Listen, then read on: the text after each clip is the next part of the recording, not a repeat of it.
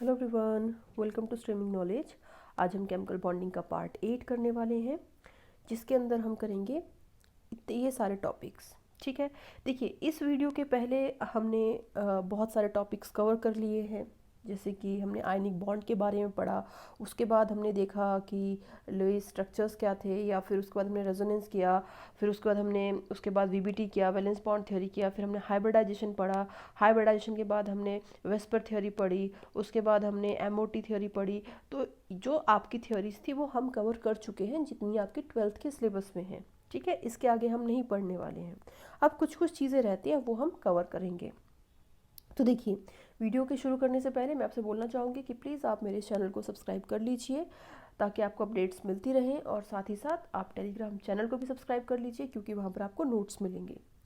तो शुरू करते हैं आज का वीडियो। देखिए, जब हमने आयनिक बॉन्ड पढ़ा तो उसमें हमने क्या पढ़ा कि जो फजन रूल था, तो उसने क्या बोल दिया था कि जो हमारा आयनिक बॉन्ड होता है उसमें कुछ एक कोवलेंट करेक्टर होता है। यही था, क्योंकि कोई भी बॉन्ड या कोवलेंट हो या आयनिक हो, वो परफेक्टली 100% कोवलेंट या आयनिक नहीं होता है। उसमें थोड़ा बहुत आप बोल सकते हैं आयनिक के अंदर कोवलेंट करेक्टर होगा या कोवलेंट के अंदर आयनिक करेक्टर होगा। ठीक है, तो आयनिक बॉन्ड के अंदर जो कोवलेंट करेक्टर बताया वो किसने बता दिया था? फजान रूल है, फजन रूल, जो भी आपको सही लगे आप प्रोनाउंस कर सकते हो। तो फजान रूल ने उसको एक्सप्लेन कर दिया था। लेकिन यहाँ पर एक और चीज़ है। क्या चीज़ है? कि जो फुजान रूल था वो सिर्फ क्या था, एक क्वालिटेटिव एनालिसिस था। ठीक है, ज़्यादा होगा कम होगा वो सिर्फ उस चीज़ के बारे में बताता था, वो परसेंटेज के बारे में नहीं बताता था। लेकिन जब हम आज पढ़ेंगे आयनिक करेक्टर इन कोवलेंट बॉन्ड, तो उसमें हम देखेंगे बाद में कि आप परसेंटेज आयनिक करेक्टर को भी फाइंड आउट कर सकते हो कोवलेंट बॉन्ड के अंदर। ठीक है, तो यहाँ पर ये चीज़ हो गई। तो देखो, हम already covalent character in ionic bond कर चुके हैं, आज हम करने वाले हैं आयनिक करेक्टर इन कोवलेंट बॉन्ड। अब देखिए, जो कोवलेंट बॉन्ड होता है वो दो तरह का होता है। ठीक है, एक होगा पोलर कोवलेंट बॉन्ड, एक होगा नॉन पोलर कोवलेंट बॉन्ड। दो तरह का कोवलेंट बॉन्ड है, polar covalent bond and non polar covalent bond. जो पोलर कोवलेंट बॉन्ड होता है वो कौन सा होगा? जिसमें कुछ एक इलेक्ट्रोनेगेटिविटी डिफरेंस आपको देखने को मिलेगा। सपोज करो आपके पास ए और बी दो एटम्स हैं, जिसमें अगर ए जो है ज़्यादा इलेक्ट्रोनेगेटिव है एज कम्पेयर टू बी, तो आप क्या देख सकते हो कि ए के ऊपर पार्शियल नेगेटिव चार्ज आ जाएगा और बी के ऊपर पार्शियल पॉजिटिव चार्ज आएगा। और अगर बी ज़्यादा इलेक्ट्रोनेगेटिव है एज कम्पेयर टू ए, तो क्या हो जाएगा? बी के ऊपर पार्शियल नेगेटिव चार्ज आ जाएगा और ए के ऊपर पार्शियल पॉजिटिव चार्ज आ जाएगा। मीन्स पोलर कोवलेंट बॉन्ड कब होंगे? जब दो एटम्स के बीच कुछ एक इलेक्ट्रोनेगेटिविटी का डिफरेंस होगा। लेकिन वहीं पर नॉन पोलर कोवलेंट बॉन्ड्स कौन से हो जाएंगे? जहाँ पर इलेक्ट्रोनेगेटिविटी डिफरेंस नहीं होगा। सपोज करो ए ए मतलब सिमिलर एटम्स है हमारे पास, तो उसमें क्या होगा? क्लोरीन क्लोरीन है ना, तो क्लोरीन क्लोरीन क्या हो गया? सिमेट्रिकल हो गए। तो मतलब इसमें सिमेट्रिकल मॉलिक्यूल्स के केस में हम क्या बोल सकते हैं कि वहाँ पर नॉन पोलर कोवलेंट बॉन्ड जो है वो एग्जिस्ट करेगा। इतनी बात होगी क्लियर। अब देखो, कंडीशंस फॉर पोलर मॉलिक्यूल, कि अगर एक मॉलिक्यूल पोलर है तो उसके लिए कौन कौन सी कंडीशंस का होना ज़रूरी है। तो पहली चीज़ कि जो मॉलिक्यूल होगा उसके अंदर कम से कम एक पोलर बॉन्ड का प्रेजेंट होना ज़रूरी है। क्या बोल दिया मैंने? To be a polar molecule, एक मॉलिक्यूल के अंदर कम से कम एक पोलर बॉन्ड का होना ज़रूरी है। ठीक है, अगली चीज़ कि जो पोलर बॉन्ड होगा या लोन पेयर होगा वो सिमेट्रिकली अरेंज्ड नहीं होना चाहिए। क्योंकि अगर सिमेट्रिकली अरेंज्ड होगा तो उस केस में क्या होगा कि जो बॉन्ड पोलैरिटी होगी वो कैंसिल हो जाएगी। क्या बोल दिया मैंने? कि मॉलिक्यूल सिमेट्रिकल नहीं होना चाहिए, बिकॉज अगर सिमेट्रिकल होगा तो जो बॉन्ड पोलैरिटी होगी वो कैंसिल हो जाएगी, और उस केस में जो मॉलिक्यूल है वो नॉन पोलर हो जाएगा, नेट पोलैरिटी 0 हो जाएगी। ठीक है, जैसे यहाँ पर एग्जांपल दे रखा है BF3 का, तो इसमें देखिए क्या है, ये मॉलिक्यूल क्या है? सिमेट्रिकल है। तो यहाँ पर जो डाइपोल इसका ये जो पोलैरिटी है वो कुछ इस तरीके से, इस साइड को यहाँ पर इस तरीके से, इस तरीके से। तो मतलब यहाँ पर क्या हो गया कि पूरा का पूरा जो ये मॉलिक्यूल है वो सिमेट्रिकल है। इस केस में नेट पोलैरिटी क्या हो जाएगी? 0 हो जाएगी। ठीक है, थोड़ा सा आगे बढ़ते हैं हम लोग। अब देखो, अगली चीज़ है डाइपोल। तो डाइपोल होता क्या है? एक सिस्टम जिसके अंदर सेम चार्ज होंगे विद अपोजिट साइन। सपोज करो यहाँ पर क्यू चार्ज है, ये क्यू चार्ज है, बट एक पॉजिटिव होगा एक नेगेटिव होगा। ठीक है, मतलब +5 या -5, +3 या -3, इस तरीके से चार्ज जो है बराबर होना चाहिए with opposite polarity separated by a distance is called dipole. क्या बोल दिया मैंने? A system of equal and opposite charges separated by a distance is called dipole. और देखो बाद में आप क्या करोगे, डायपोल को मेज़र करोगे, तो जो डायपोल को जब आप मेज़र करोगे तो उसको हम क्या बोल देंगे, डायपोल मोमेंट। तो मैंने क्या बोल दिया यहाँ पर कि जो डायपोल है उसको आप मेज़र कर सकते हो in the terms of dipole moment, और जो डायपोल मोमेंट है उसको आप म्यू बार से रिप्रेजेंट करते हो। ठीक है, इतनी बात क्लियर हो गई।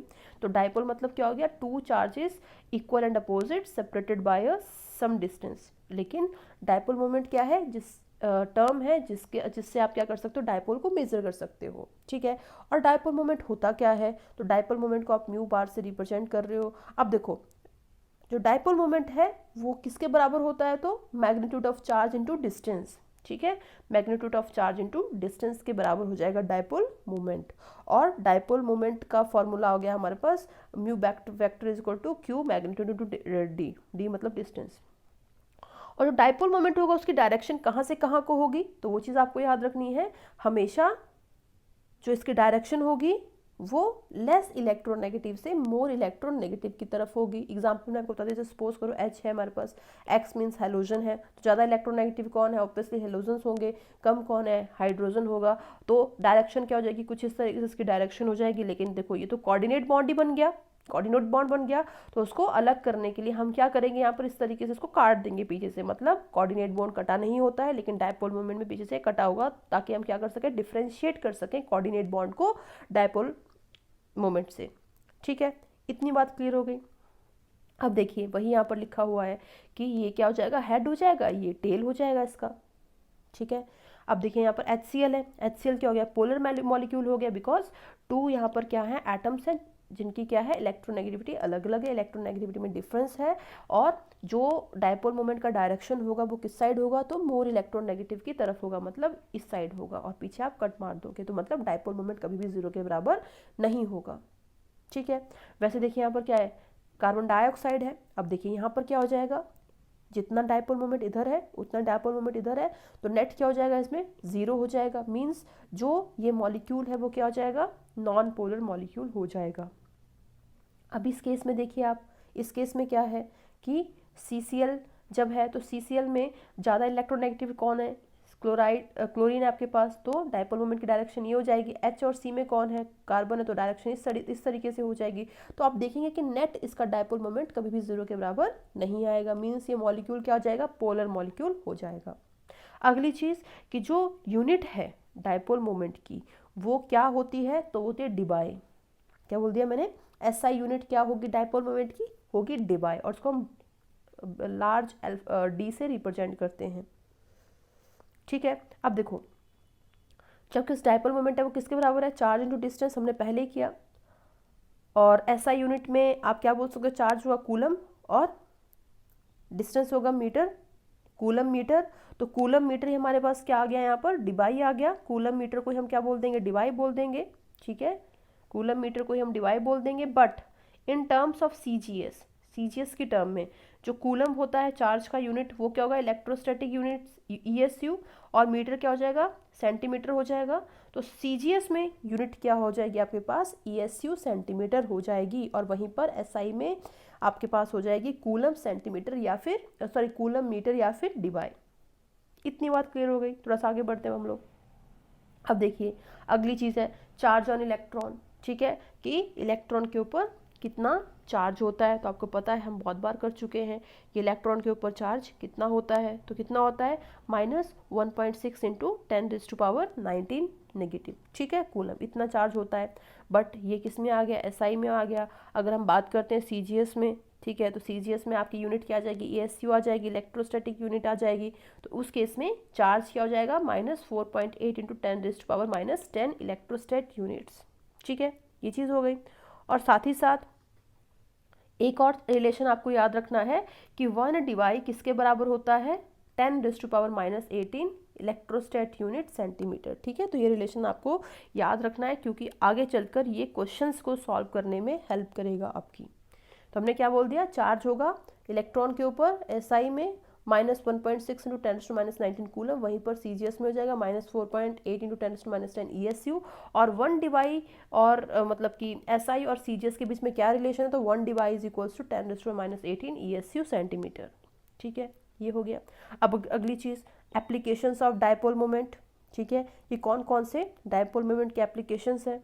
तो पहली चीज़ कि डायपोल मोमेंट का आप यूज़ किस चीज़ के लिए कर रहे हो, to determine polarity of molecule. Polarity of molecule को डिसाइड करने के लिए भी आप क्या कर रहे हो, डायपोल मोमेंट का यूज़ कर रहे हो। मतलब अगर डायपोल मोमेंट 0 के बराबर होगा मींस जो मॉलिक्यूल है वो नॉन पोलर है, बट वहीं पर अगर डायपोल मोमेंट 0 के बराबर नहीं होगा तो मींस मॉलिक्यूल क्या है, पोलर है। देखिए इसका मतलब क्या हुआ कि आप डायपोल मोमेंट का यूज़ कर सकते हो पोलैरिटी को फाइंड आउट करने के लिए। ठीक है, इसके कुछ एग्जांपल देख लेते हैं हम लोग। देखिए बेरिलियम क्लोराइड है, यहाँ पर PCl5 है, मीथेन है, NH3 है। तो इनमें देखिए कि आप एक चीज़ नोटिस करेंगे, जैसे BeCl2 है, इसमें डायपोल मोमेंट कितना हो रहा है, 0 हो रहा है, बिकॉज ये मॉलिक्यूल क्या है, सिमेट्रिकल है। साथ ही साथ यहाँ पर जो एटम है वो क्या है, सिमिलर है, रेगुलर इनकी ज्योमेट्री है। वैसे PCl5 में भी क्या है, रेगुलर ज्योमेट्री है, कोई लोन पेयर नहीं है। साथ ही साथ जो एटम्स हैं वो क्या है, सारे के सारे बराबर हैं। ठीक है, तो इस केस में भी डायपोल मोमेंट 0 हो गया है। अगला देखिए मीथेन है, यहाँ पर इस केस में भी क्या है, रेगुलर ज्योमेट्री है, कोई लोन पेयर नहीं है। साथ ही साथ जो सराउंडिंग एटम्स हैं वो सारे बराबर है, तो इस केस में भी डायपोल मोमेंट 0 हो जाएगा। एक और एग्जांपल देख लेते हैं, ये वाला, इसमें भी देखिए रेगुलर ज्योमेट्री है, साथ ही साथ जो सराउंडिंग में जो एटम्स हैं वो सारे के सारे क्या है, बराबर हैं, कोई लोन पेयर नहीं है, तो डायपोल मोमेंट 0 हो जाएगा। मतलब जब भी आपके पास रेगुलर ज्योमेट्री होगी, कोई लोन पेयर नहीं होगा। ठीक है, लोन पेयर क्या हो जाएगा, सॉरी लोन पेयर क्या हो जाएगा, पहले बोल दिया, रेगुलर ज्योमेट्री होगी, लोन पेयर जो होगा वो 0 होगा, कोई लोन पेयर नहीं होगा। और सेंट्रल एटम के सराउंडिंग में सारे के सारे एटम क्या हो जाएंगे, सिमिलर हो जाएंगे। उस केस में डायपोल मोमेंट 0 हो जा रहा है। ठीक है, क्यों, बिकॉज ऑफ सिमिट्री। ठीक है, क्यों, बिकॉज ऑफ सिमिट्री। लेकिन NH3 का एग्जांपल यहाँ पर देखिए, NH3 में क्या होगा, डायपोल मोमेंट 0 नहीं होगा। डायपोल मोमेंट कुछ इस तरीके से होगा, देखिए इस तरीके से, तो कुछ ना कुछ इसका डायपोल मोमेंट होगा, मीन्स जो NH3 है वो मॉलिक्यूल पोलर होगा। ठीक है, अब अगले एग्जाम्पल यहाँ पर देखिए, NH3 है और NF3 है। ठीक है, NH3 और NF3 में ज़्यादा डायपोल मोमेंट किसका होगा, देख के तो लगेगा आपको कि भाई NF3 का ज़्यादा होगा, बिकॉज ज़्यादा फ्लोरीन जो है इलेक्ट्रोनेगेटिव है। ठीक है, लेकिन एक्चुअली ऐसा होता नहीं है। ठीक है, ज़्यादा डायपोल मोमेंट होगा किसका, NH3 का होगा। क्यों होगा, मैं आपको बताने वाली हूँ। देखिए NH है यहाँ पर, ठीक है, ज़्यादा इलेक्ट्रोनेगेटिव कौन है, नाइट्रोजन है, मींस डायपोल मोमेंट की डायरेक्शन कुछ इस तरीके से होगी, या कुछ इस तरीके से होगी, या कुछ इस तरीके से होगी, या कुछ इस तरीके से होगी। वैसे ही N और F में ज़्यादा इलेक्ट्रोनेगेटिव कौन है, फ्लोरीन है, तो मींस जो डायपोल मोमेंट है उसकी डायरेक्शन कुछ इस तरीके से होगी, या कुछ इस तरीके से होगी, कुछ इस तरीके से होगी, या कुछ इस तरीके से होगी, राइट। लेकिन जो नेक्स्ट चीज़ है वो क्या है, देखो इस केस में क्या है, वेक्टर्स आउटवर्ड है, लेकिन इस केस में इनवर्ड है। अब जब आउटवर्ड है तो उसको इसका आपको क्या करना पड़ेगा, रिजल्टेंट लेना पड़ेगा। जो रिजल्टेंट है वो कुछ इस तरीके से आएगा। तो देखिए आपने वेक्टर्स में पढ़ा होगा कि जब एंगल 90 डिग्री से बड़ा होता है तो उस केस में रिजल्टेंट क्या हो जाएगा, रिड्यूस हो जाएगा। रिजल्टेंट क्या हो जाएगा, रिड्यूस हो जाएगा। देखो कैसे, यहाँ पर एंगल कितना होगा, टेट्राहेड्रल ज्योमेट्री है, 109.5 होगा। ठीक है, तो आपने वो किया होगा, वेक्टर्स का resultant a² + v² + 2ab cos theta इस तरीके से पढ़ा होगा कहीं पर। ठीक है, इस तरीके से पढ़ा होगा किस तरीके से आपको रिजल्टेंट फाइंड आउट करना है। तो क्या होता है कि जब थीटा, ठीक है, 90 से बढ़ जाएगा तो कॉस थीटा की वैल्यू क्या हो जाएगी, नेगेटिव हो जाएगी। मैंने क्या बोला कि जब थीटा की वैल्यू 90 डिग्री से ऊपर चली जाएगी तो जो कॉस थीटा है वो आपके पास क्या हो जाएगा, नेगेटिव हो जाएगा, इसका वैल्यू नेगेटिव हो जाएगा। तो आप क्या देख पाओगे कि जो ओवरऑल वैल्यू होगी उससे कुछ एक फैक्टर जो है वो क्या हो रहा है, रिड्यूस हो रहा है। क्या हो रहा है, रिड्यूस हो रहा है। इसलिए जो इस केस में डायपोल मोमेंट आएगा वो कम आएगा एज कंपेयर टू इसके, इसलिए यहाँ पर ये चीज़ लिखी हुई है। आई होप आपको समझ में आया होगा। क्या बोल दिया मैंने कि जो रिजल्टेंट आएगा इन वेक्टर्स का वो कम आएगा, इसलिए NF3 का क्या बोल सकते हो आप कि डायपोल मोमेंट कम होगा। ठीक है, ये चीज़ होगी। थोड़ा सा आगे बढ़ते हैं हम लोग। अब देखिए जैसे यहाँ पर एक एग्जांपल है CH3Cl, CS2Cl, CHL, HCl3, CCl4। ये बच्चे बहुत बार गलत करते हैं, मैक्सिमम टाइम गलत करते हैं। इसमें हमेशा एक क्वेश्चन आता है पेपर में कि भाई इनको अरेंज करो according to their dipole moment. बच्चे पता है क्या करते हैं, इस तरीके से करके आ जाते हैं, जो कि गलत हो जाता है। एक्चुअली इसका आंसर क्या है, कुछ इस तरीके से है। ठीक है, सबसे ज़्यादा आएगा CH3Cl, CS2Cl, CHCl3, CCl4। Reason again same है, क्यों? क्योंकि देखिए क्या होगा कि यहाँ पर क्या है, CH है और एक ही Cl है। ठीक है, एक ही Cl है, तो इसको इसमें आपको रिजल्टेंट लेने की ज़रूरत नहीं है। लेकिन देखिए इसमें क्या आ गए, 2 Cl आ गए। अब देखिए जब आप 2 Cl का लेंगे तो क्या हो जाएगा, एंगल फिर से 109.5 है। तो जब आप इसका रिजल्टेंट फाइंड आउट करोगे तो वो क्या हो जाएगा, रिड्यूस हो जाएगा, वैल्यू रिड्यूस हो जाएगी, बिकॉज cos 90 से ऊपर जा रहा है। इस केस में वैल्यू और रिड्यूस हो जाएगी, इस केस में वैल्यू और रिड्यूस हो जाएगी। तो इसलिए सबसे ज़्यादा जो डायपोल मोमेंट होता है वो CH3Cl का होगा, फिर CS2Cl2 का होगा, फिर CHCl3 का होगा, फिर CCl4 का होगा। तो ये चीज़ आपको याद रखनी है, बहुत ही ज़्यादा इंपॉर्टेंट क्वेश्चन है। नीचे देखिए वैल्यूज़ भी दे रखी है कि सबसे ज़्यादा वैल्यू किस हो जाएगी, म्यू डायपोल मोमेंट 1.87 डिवाइड इसका होगा, फिर आएगा 1.59 डिवाइड फिर इसका होगा, फिर इसका होगा। ठीक है, तो ये चीज़ आपको याद रखनी है। देखिए वैसे यहाँ पर एक और एग्जांपल भी है कि लिखा है आपके पास CH3F है, CH3Cl है, CH3Br है, CH3I है। ठीक है, इसमें बोला है कि भाई इसको क्या करो, डायपोल मोमेंट के हिसाब से अरेंज करो। देखिए इसको देख के आपको लगेगा कि भाई फ्लोरीन का क्या है, ज़्यादा इलेक्ट्रोनेगेटिविटी है, या उसके बाद क्लोरीन की ज़्यादा है, फिर ब्रोमीन की है, फिर आयोडीन की। तो ऑर्डर ये होना चाहिए, लेकिन ऑर्डर ये नहीं होता है। ऑर्डर कुछ इस तरीके से ये होता है। इसका रीज़न क्या है मैं बताती हूँ आपको। देखिए होता क्या है, क्या हमने थोड़ी देर पहले ही पढ़ा कि जो डायपोल मोमेंट है वो किसके बराबर है, चार्ज और उनके बीच के डिस्टेंस के प्रोडक्ट के बराबर। यही पढ़ा हमने। इसका मतलब क्या हुआ कि डायपोल मोमेंट चार्ज के ऊपर भी डिपेंड करेगा और डिस्टेंस के ऊपर भी डिपेंड करेगा। अब यहाँ पर एक चीज़ देखिए, फ्लोरीन, क्लोरीन, ब्रोमीन, आयोडीन, सबसे ज़्यादा इलेक्ट्रोनेगेटिव कौन है, फ्लोरीन। लेकिन सबसे बड़ा साइज किसका है, तो आयोडीन का है। समझ रहे हो बात? तो मतलब यहाँ पर दोनों चीज़ें चल रही हैं। एक का अगर साइज़ छोटा है और इलेक्ट्रोनेगेटिविटी ज़्यादा है, तो दूसरे का साइज़ बड़ा है और इलेक्ट्रोनेगेटिविटी कम है। इसलिए जो ऑर्डर ऐसा आना चाहिए था, ये ऑर्डर नहीं आता है। ऑर्डर क्या होता है इसमें, CH3Cl greater than CH3F greater than CH3Br greater than CH3I। तो ये चीज़ आपको याद रखनी है, इंपॉर्टेंट है। ये चीज़ क्लियर होगी। थोड़ा सा आगे बढ़ते हैं हम लोग। अब देखिए जो डायपोल मोमेंट है वो और किस चीज़ के लिए यूज़ होगी, to determine percentage ionic character in covalent bond. ठीक है, तो percentage ionic character in covalent bond को डिटरमिन करने के लिए भी आपकी डायपोल मोमेंट यूज़ होगी। ठीक है, तो percentage ionic character in covalent bond किसके बराबर आ जाएगा, डायपोल मोमेंट एक्सपेरिमेंटल और observed divided by dipole moment theoretical और कैलकुलेटेड इनटू 100। ठीक है, तो ये फॉर्मूला आपको याद रखना है।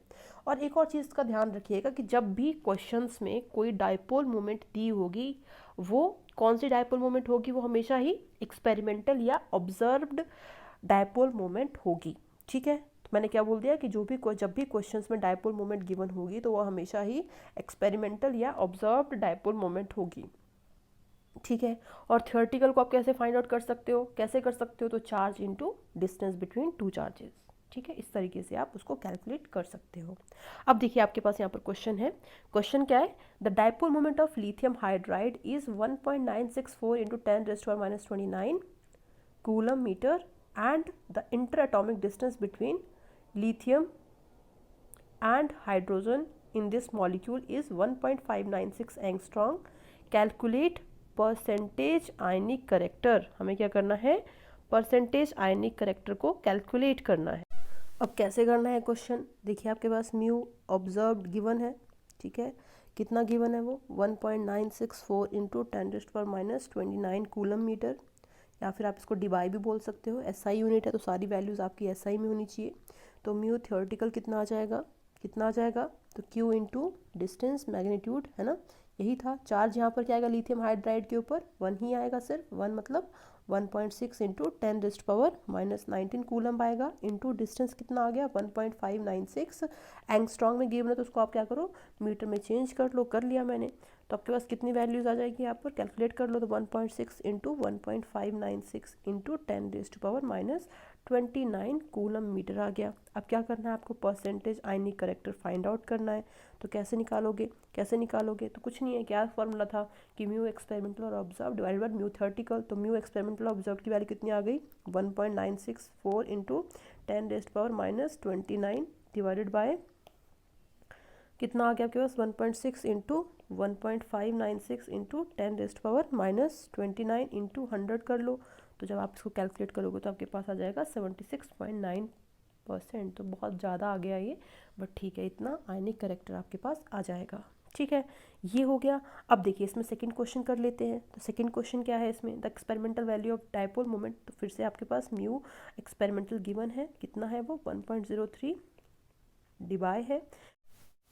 अब देखिए और क्या दे रखा है आपके पास, बॉन्ड डिस्टेंस दिया हुआ है 1.27 एंगस्ट्रॉम। ठीक है, तो म्यू कैलकुलेट आप निकाल सकते हो आराम से। कैसे निकलेगा, तो वही डिस्टेंस इंटू चार्ज कर लोगे। चार्ज की वैल्यू मैंने इस बार ESU में लिखी है और ये सेंटीमीटर में लिया है। बॉन्ड डिस्टेंस दोनों को इंटू किया तो हमारे पास कुछ इस तरीके से आ गया।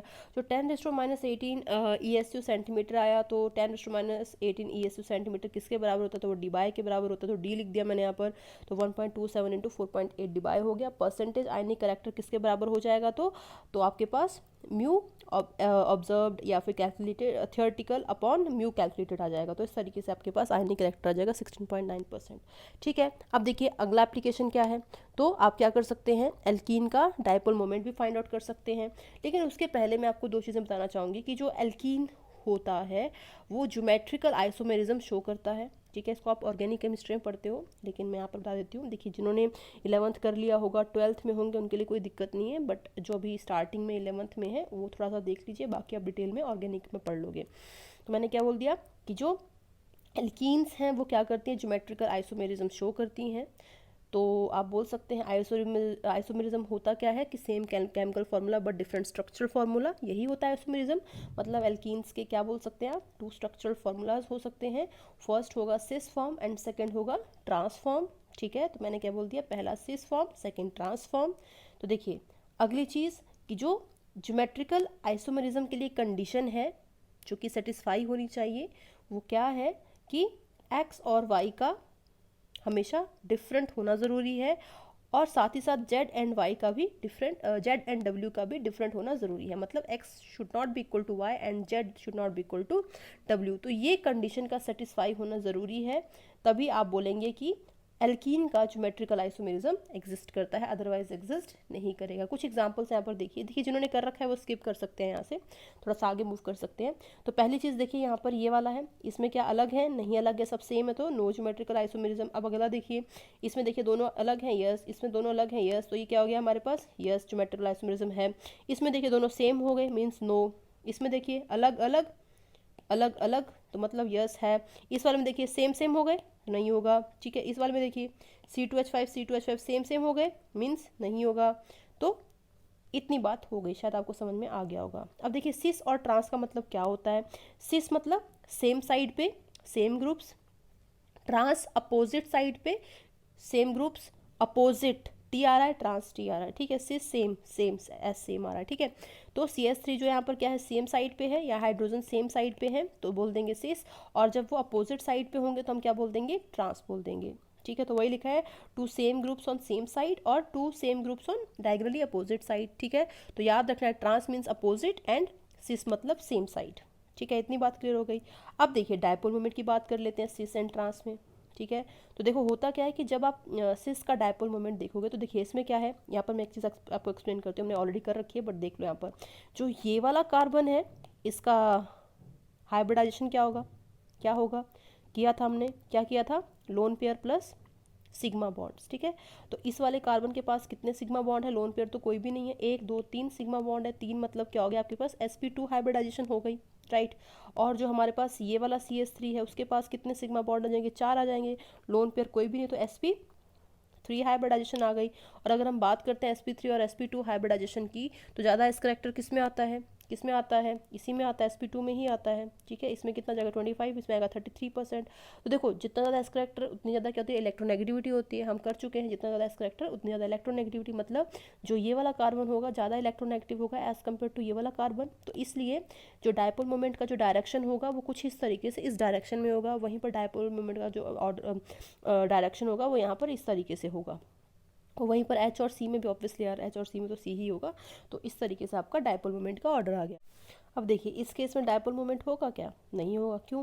क्योंकि जो ये वाला डायपोल मोमेंट है और जो ये वाला है वो एक दूसरे को क्या कर रहे हैं, कैंसिल आउट कर दे रहे हैं। ये वाला इसको कैंसिल आउट कर दे रहा है, तो रिजल्टेंट क्या आ जाएगा आपके पास, टोटल 0 आ जाएगा।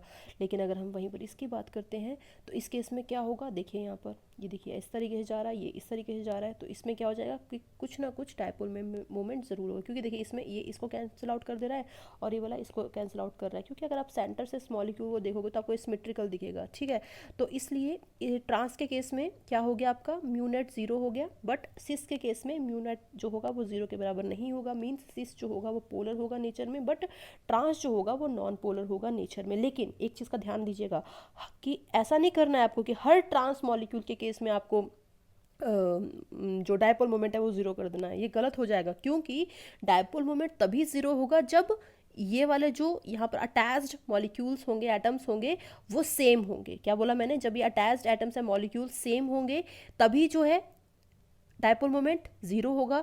अगर वो डिफरेंट होते हैं तो ट्रांस के केस में भी कुछ ना कुछ आपको डायपोल मोमेंट देखने को मिलेगा, ठीक है। जैसे ये वाला एग्जांपल देखिए, इसमें भी सिंपल ही है। देखिए कैसे, ये क्या है आपके पास यहाँ पर, ये CS3 दोनों सेम साइड है, तो मतलब सिस है। मीन्स इस केस में तो कुछ ना कुछ जो है आपका डायपोल मोमेंट एग्जिस्ट करेगा, ये पोलर होगा। लेकिन अगर हम इसी की बात करते हैं तो इस केस में देखो क्या हो जाएगा, ये देखिए ये इसको कैंसिल आउट कर देगा, ये इसको कैंसिल आउट कर देगा। तो मतलब क्या हुआ, इस केस में कोई भी डायपोल मोमेंट नहीं होगा, ठीक है। तो ये नॉन पोलर होगा। तो मतलब इन दोनों में से ज़्यादा डायपोल मोमेंट किसका हो गया, ऑब्वियसली यार सिस का हो गया। तो वही लिखा है, A has greater dipole moment as compare to B, ठीक है। ये बात हो गई। अब देखो ये वाला एग्जांपल देखते हैं। हाँ, इसमें थोड़ा सा डिफरेंस आने वाला। कैसे, देखिए ये तो कैंसिल हो गया, लेकिन ये और ये कैंसिल होगा, नहीं होगा, पूरी तरह से कैंसिल नहीं हो पाएगा, बिकॉज ये CS3 है, ये C2H5 है, दोनों डिफरेंट हैं। तो इसलिए ट्रांस के केस में थोड़ा सा डायपोल मोमेंट एग्जिस्ट करेगा, लेकिन इस केस में तो ऑब्वियसली यार ज़्यादा ही एग्जिस्ट करेगा। तो इस केस में भी क्या है, mu cis greater than mu trans है, बट ट्रांस का 0 नहीं है, it is not equal to 0, थोड़ा बहुत पोलर करेक्टर होगा। तो जनरल वे में हम क्या बोल सकते हैं कि डायपोल मोमेंट सिस का हमेशा ज़्यादा ही होगा डायपोल मोमेंट ऑफ ट्रांस के, ठीक है। ये जनरलाइज्ड हो गया, बट तुम ट्रांस इक्वल्स टू 0 जनरलाइज नहीं कर सकते हो। It will depend upon molecule attached और एटम अटैच्ड टू द जो भी है सेंट्रल एटम्स, ठीक है। ये चीज़ हो गई। अब देखो अगली चीज़, जो बॉइलिंग पॉइंट है वो हमेशा डायरेक्टली प्रोपोर्शनल होगा डायपोल मोमेंट के। क्या बोल दिया मैंने, बॉइलिंग पॉइंट डायरेक्टली प्रोपोर्शनल होगा डायपोल मोमेंट के, ठीक है। मतलब जितना ज़्यादा डायपोल मोमेंट उतना ज़्यादा बॉइलिंग पॉइंट हो जाएगा, मीन्स सिस का ज़्यादा होगा एज कम्पेयर टू ट्रांस। लेकिन अगर हम बात करते हैं मेल्टिंग पॉइंट की, तो मेल्टिंग पॉइंट जो है वो सिमिट्री के डायरेक्टली प्रोपोर्शनल होता है। मैंने क्या बोल दिया, मेल्टिंग पॉइंट होता है सिमिट्री के डायरेक्टली प्रोपोर्शनल, ठीक है। तो हमने क्या बोला था कि अगर आप सेंटर से यहाँ से ट्रांस को देखोगे तो आपको ज़्यादा सिमेट्रिकल दिखेगा एज़ कम्पेयर टू इसके। तो इसलिए हम क्या बोल सकते हैं कि ट्रांस का जो मेल्टिंग पॉइंट होता है वो ज़्यादा होता है एज़ कम्पेयर टू सिस। तो याद रखना है कि जो बॉइलिंग पॉइंट है वो डायपोल मोमेंट के ऊपर डिपेंड करता है, बट जो मेल्टिंग पॉइंट है वो मॉलिक्यूल की सिमेट्री के ऊपर डिपेंड करता है, ठीक है। इतनी बात क्लियर हो गई। अब आप कर सकते हैं which of the following has high boiling point, obviously यार सिस का ज़्यादा होगा। और अगर हम बात करते हैं दोनों में सिस का ज़्यादा होगा, बॉइलिंग पॉइंट पूछा, दोनों में क्या होगा, सिस का ज़्यादा होगा बॉइलिंग पॉइंट, क्योंकि डायपोल मोमेंट दोनों में ही ज़्यादा होगा। मेल्टिंग पॉइंट जब बात करेंगे तो ट्रांस का ज़्यादा हो जाएगा, ठीक है। ये चीज़ हो गई। अब अगली चीज़ इसमें क्या है, dipole moment in substituted benzene. देखिए वही अगेन चीज़, अगर आपने टॉपिक कर लिया है ऑर्थो पैरा मेटा तो आप यहाँ से स्किप कर सकते हैं, थोड़ा सा आगे चल सकते हैं। लेकिन जिन्होंने नहीं किया है प्लीज़ सुनिए यहाँ पर रुककर। देखिए जैसे हमारे पास बेंजीन है ये, ठीक है। अब बेंजीन में ऑर्थो पैरा मेटा पोजीशंस कौन कौन सी होती हैं, तो सपोज करो आपने इस H को किसी X ग्रुप से रिप्लेस कर दिया, तो इस X के इमीडिएट नेक्स्ट पोजीशन के ऊपर जो कार्बन होगा उसको हम क्या बोल देंगे, ऑर्थो पोजीशन। तो ये वाली क्या आ गई, ऑर्थो पोजीशन आ गई। उसके बाद वाला क्या हो जाएगा, मेटा पोजीशन हो जाएगा। और ये लास्ट जो होगा वो कौन सी पोजीशन आ जाएगी, पैरा पोजीशन आ जाएगी, ठीक है। अब जैसे सपोज करो ये है आपके पास एटम मॉलिक्यूल, जिसमें बेंजीन का मॉलिक्यूल जिसमें क्लोरीन जो है वो कुछ यहाँ पर लगा हुआ है, तो क्लोरीन के इमीडिएट नेक्स्ट जो कार्बन होगा ये वाला, ये कौन सी पोजीशन हो जाएगी, ऑर्थो पोजीशन हो जाएगी। ऑर्थो के नेक्स्ट वाली मेटा आएगी तो उधर भी मेटा आ गई, और यहाँ पर क्या आ जाएगी, पैरा आ जाएगी, ठीक है। तो इस तरीके से आप कर सकते हो। या फिर जैसे सपोज करिए एक्स मॉलिक्यूल यहाँ पर अटैच्ड है, तो एक्स मॉलिक्यूल के इमीडिएट जो नेक्स्ट एट कार्बन एटम जो होगा वो ऑर्थो पोजीशन होगी, लेकिन उसके बगल वाला मेटा होगा, फिर लास्ट वाला पैरा हो जाएगा। तो इस तरीके से आप कर सकते हो। अगर हम बात करते हैं इनके डायपोल मोमेंट के ऑर्डर की, ठीक है, कि डायपोल मोमेंट का ऑर्डर क्या होगा, तो देखिए क्या होता है कि देखिए पहली चीज़, ये तो पैरा ही पोजीशन है, ये कौन सी होगी, मेटा पोजीशन होगी, और ये कौन सी होगी, ऑर्थो पोजीशन होगी। वही क्या ना, ऑर्थो मेटा पैरा, ठीक है। तो ये वाली कौन सी होगी, पैरा हो गई, ये मेटा होगी और ऑर्थो होगी। अगर हम बात करते हैं कि सबसे ज़्यादा डायपोल मोमेंट किसका होता है, तो किसका होता है, इसका होता है। बताती हूँ क्यों होता है। देखो पहली चीज़ यहाँ पर क्या है, पैरा है, तो पैरा में क्या हो जाएगा, ये कैंसिल आउट हो जाएगा, तो ये तो पूरा का पूरा जीरो ही हो गया। बट जब हम इसकी बात करेंगे मेटा की, तो जो मेटा में जो ये बॉन्ड एंगल होगा यहाँ पर, ठीक है, मेटा में जो बॉन्ड एंगल होगा वो कितना होगा, 120 डिग्री, ठीक है, क्या होगा, 120 डिग्री होगा। तो जिसका रिजल्टेंट होगा वो रिड्यूस हो जाएगा, जैसे मैंने पहले बोला था। कैसे कि हमने फॉर्मूला किया था a² plus v² plus 2ab cos theta, किन्हीं टू वेक्टर्स का रिजल्टेंट, यही किया था। तो जब एंगल 90 डिग्री से बड़ा होता है तो कॉस थीटा की वैल्यू क्या हो जाती है, नेगेटिव हो जाती है। मींस टोटल जो होगा वो क्या हो जाएगा, कम हो जाएगा। तो इस केस में इसका डायपोल मोमेंट क्या हो जाएगा, कम हो जाएगा। लेकिन जब हम इसकी बात करेंगे तो यहाँ पर एंगल कितना आएगा, 60 डिग्री आएगा, ठीक है, एंगल कितना आएगा, 60 डिग्री आएगा। मीन्स यहाँ पर क्या बोलोगे आप कि कुछ एक फैक्टर जो है वो a² प्लस b² में ऐड हो जाएगा, ठीक है। तो इसलिए जो डायपोल मोमेंट ऑर्थो के केस में होगा सबसे ज़्यादा होगा, ठीक है। तो याद रखना है कि डायपोल मोमेंट पैरा कम, फिर मेटा, फिर ऑर्थो। इतनी बात क्लियर हो गई। तो वही यहाँ पर एग्जांपल के थ्रू बताया गया है कि यहाँ पर ब्रोमीन लगा है, यहाँ पर ब्रोमीन लगा है, यहाँ पर ब्रोमीन लगा है, तो सबसे ज़्यादा किसका हो जाएगा, ऑब्वियसली ऑर्थो का हो जाएगा, फिर मेटा का, फिर सबसे कम पैरा का, ठीक है। इतनी बात क्लियर हो गई। अगली चीज़ हमारे पास क्या है, बॉन्ड मोमेंट है। अब देखिए बॉन्ड मोमेंट का मतलब होता क्या है, ठीक है। एक तो क्या हमने डायपोल मोमेंट, डायपोल मतलब होता है कि ओवरऑल मॉलिक्यूल का कितना मोमेंट है, ठीक है, कितना डायपोल मोमेंट है। यही हमने बात की कि ओवरऑल मॉलिक्यूल का कितना डायपोल मोमेंट है।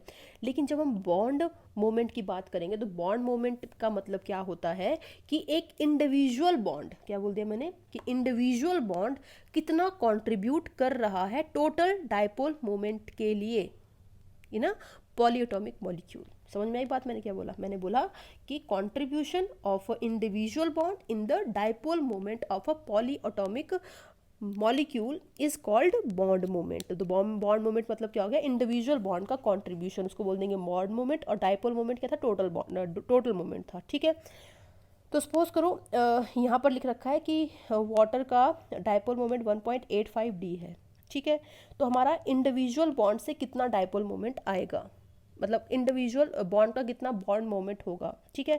तो आप कैसे कैलकुलेट कर सकते हो, तो पहली बात तो ये है कि 1.85 इज इक्वल टू क्या आ जाएगा यहाँ पर कि OH का बॉन्ड मोमेंट आ जाएगा और प्लस OH का बॉन्ड मोमेंट आ जाएगा, ऐसे ही आएगा, ठीक है, ऐसे ही आएगा।